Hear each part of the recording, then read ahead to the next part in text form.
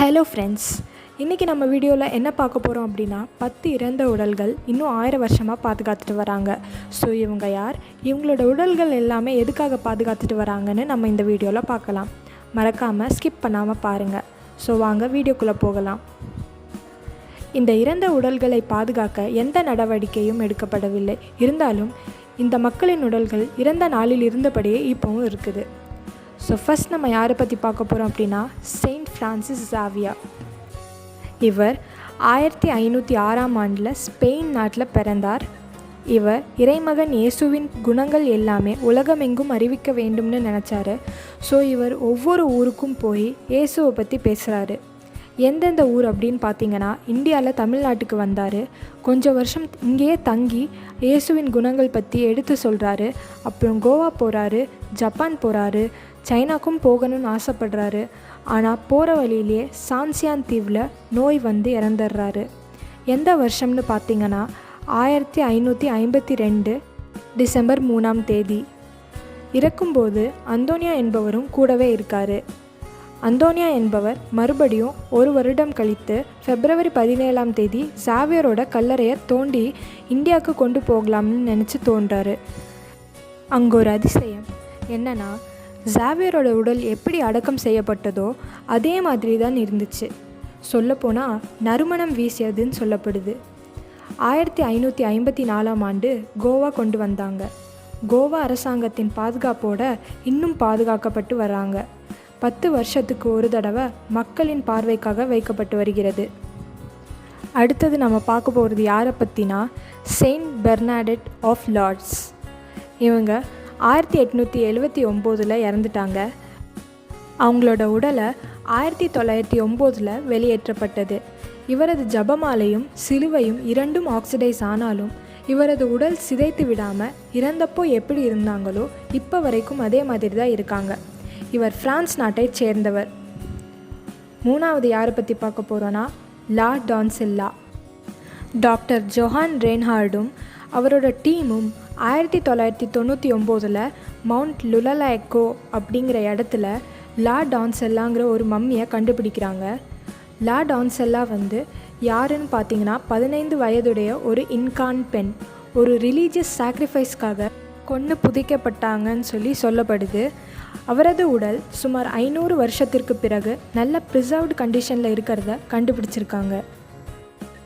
அடுத்தது யாரை பற்றினா செயின்ட் தெரசா மார்கரெட். இவங்க அரேசோங்கிற நாட்டில் 1747 ஆண்டு ஒரு பணக்கார குடும்பத்தில் பிறக்கிறாங்க. அரேசோ எங்கே இருக்குதுன்னு பார்த்தீங்கன்னா இட்டாலியில் இருக்குது. இவங்க 23 வயதுலேயே இறந்துடுறாங்க. அவங்க இறந்ததுக்கப்புறம் அடக்கம் செய்கிறதுக்கு முன்னாடியே உடல் கெட்டு விடுமோன்னு கன்னியர்கள் எல்லாருமே பயந்தாங்க. ஆனால் அவங்க உடல் அதிசயமாக இயற்கையாகவே பாதுகாக்கப்பட்டது. இப்போது அவங்களோட உடல் ஃப்ளோரன்ஸுங்கிற மடத்தில் இன்னும் இருக்குது. அடுத்தது யாரை பற்றினா செயின்ட் வின்சென்ட் டி பால். இவர் ஏப்ரல் 24 1581 ஆண்டில் போவி என்னும் பிரான்சில் உள்ள ஒரு ஊரில் பிறந்தார். பிறர் அன்பு பணிகளில் அதிகம் ஆர்வம் காட்டினார். இவர் 1660 செப்டம்பர் 27 இறந்துட்டார். இவர் இறந்த 52 வருஷத்துக்கு அப்புறம் 1712 முதல் முறையாக கல்லறையை தோன்றாங்க. அப்போது அவரோட உடல் அழியாமல் இருந்தது. ஆனால் மறுபடியும் 1737 தோன்றாங்க. அப்போது சில எலும்புகளும் இதயமும் அழியாமல் இருந்துச்சு. பாரிஸில் இவரோட சிற்றாலயத்தில் இவரோட மெழுகு உருவத்துக்குள்ள அவரோட எலும்புகள் வச்சுருக்காங்க. இவரோட இதயம் வேறொரு இல்லத்தில் பாதுகாத்துட்டு வராங்க. அடுத்தது யாரை பற்றினா செயின்ட் ஜீட்டா. இவங்க 1272 இட்டாலியில் இறந்துட்டாங்க. அவங்களோட உடலை 300 ஆண்டுகளுக்கு அப்புறம் வெளியே எடுத்தாங்க.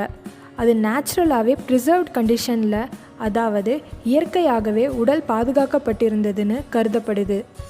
இது இப்போது காட்சிக்காக இட்டாலியில் லூக்காங்கிற இடத்துல வச்சுருக்காங்க. அடுத்தது யாரை பற்றினா லேடி Xin Zhui.